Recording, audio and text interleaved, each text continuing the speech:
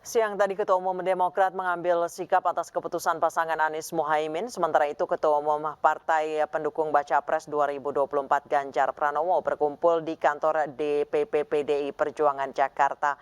Apakah ada sinyal Demokrat merapat mendukung Ganjar? Untuk membahasnya, kami telah terhubung dengan Direktur Eksekutif Poltreking Indonesia, Hanta Yuda. Selamat petang, Mas Hanta. Selamat petang, Anissa.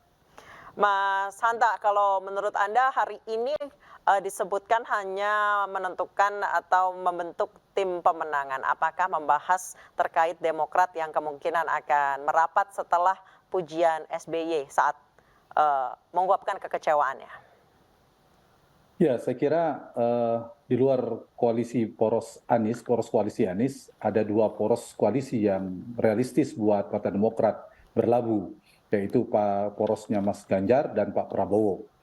Nah, bagi Partai Demokrat memang ada tiga opsi. Opsi yang pertama kecil sekali, saya mengistilahkannya dengan opsi atau pilihan tragis kalau kembali ke Anies lagi, padahal sudah cukup kencang turbulensi politiknya kemarin. Jadi kecil, tragis istilah saya. Yang kedua, opsi strategis buat Partai Demokrat kalau berhasil, yaitu membentuk poros baru. Poros keempat, polanya menjadi 4 poros. Tetapi ini juga agak kecil peluangnya meskipun ada. Artinya ada prasyarat di mana P3 harus lepas dari PDI Perjuangan bersama Ganjar. Peluangnya sampai hari ini belum ada tanda-tandanya, tendensinya belum ada. Dan yang kedua, PKS juga harus lepas dari Anies Baswedan. Padahal kita lihat PKS masih cukup dekat, mungkin masih berlabuh ke Anies.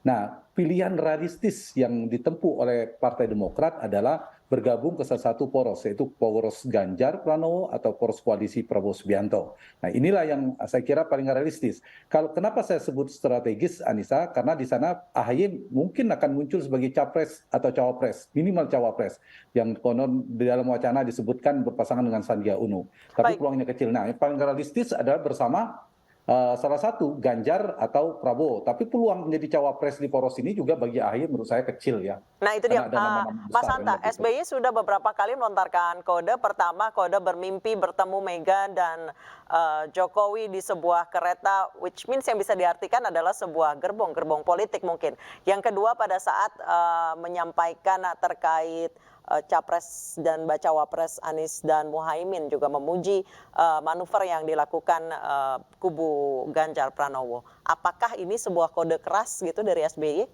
untuk merapat ke Ganjar? Ini tendensi ya, ada potensi, artinya selama ini kita sebagian besar publik berpikir ada kendala komunikasi, hubungan yang relatif dingin antara Ibu Mega dan Pak SBY yang cukup panjang dalam perjalanan hampir 20 tahun pemerintahan Pak SBY, hampir 10 tahun pemerintahan Pak Jokowi. Tapi paling tidak ditepis dari beberapa kali statement tadi termasuk Anissa tadi sampaikan terkait dengan mimpi Pak SBY, kemudian juga respon dari PD Perjuangan, dan terakhir ada pertemuan Mas AHY dan Mbak Puan. Itu artinya ada potensi mereka bersama ya.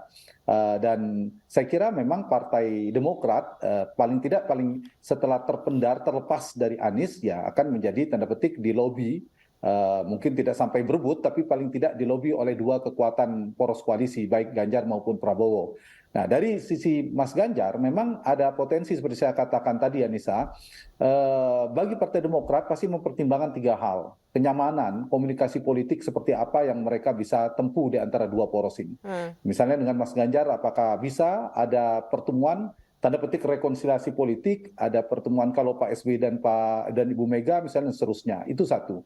Faktor yang kedua ada mengukur potensi kemenangan, dan kita tahu antara Mas Ganjar dan Pak Prabowo juga punya potensi elektoral yang relatif masih kompetitif hari ini, dan itu akan menjadi pertimbangan bagi Partai Demokrat. Dan satu lagi saya kira Partai Demokrat akan mempertimbangkan mana yang lebih menguntungkan kalau sama-sama AHY bukan jadi cawapres, kecuali AHY jadi cawapres ya, jelas pilihan kemana. Tapi kalau misalnya tidak jadi cawapres, yang dipertimbangkan mana secara elektoral yang memberikan insentif secara elektoral yang preferensi yang beririsan dengan preferensi pemilih Partai Demokrat, ceruk pemilih Partai Demokrat. Itu saya kira akan terbuka. Nah, kalau dari pemilih realistis itu, sementara menurut saya 50-50 ya peluangnya bergabung ke Ganjar maupun ke Pak Prabowo.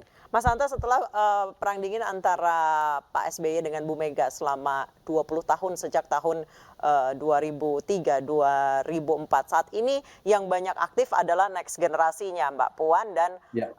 Mas AHY. Demokrat dan PDI Perjuangan sendiri tidak pernah ada friksi yang berarti antara kedua partai itu. Apakah rekonsiliasi masih atau mungkin besar terjadi di 2024 ini?